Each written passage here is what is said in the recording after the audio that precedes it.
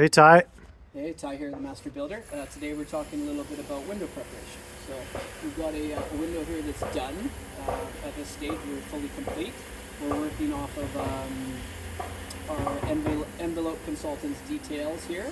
So a couple things. This home here has to meet a certain air change. So we're using a little bit of more intricate system where we're trying to not only protect the window from water egressing in, but we're also trying to make the home very airtight. That's why you'll see this passive house tape here. We've got a seam of plywood that hits the framing here, and we don't want air to be able to escape out, right? So it's just an extra layer. We've also done our plywood seams. This is a great way to get your air change way down if you are doing a net zero home or a passive house. So we basically what put this on as a secondary, just more air tightness. When we look at the assembly in itself, we've got multiple different products we're using. We've got these nice corner caps that go right inside. It's solid, so we don't have any issues with water being able to egress in that corner. So our starting point is we're using a Siga Match Vest. We tack this on, right? And we want to leave this open at the bottom. We don't want to staple this because we've got to get our weather barrier underneath that so we get a positive lap. This is what we call a positive lap, where this laps over top of this.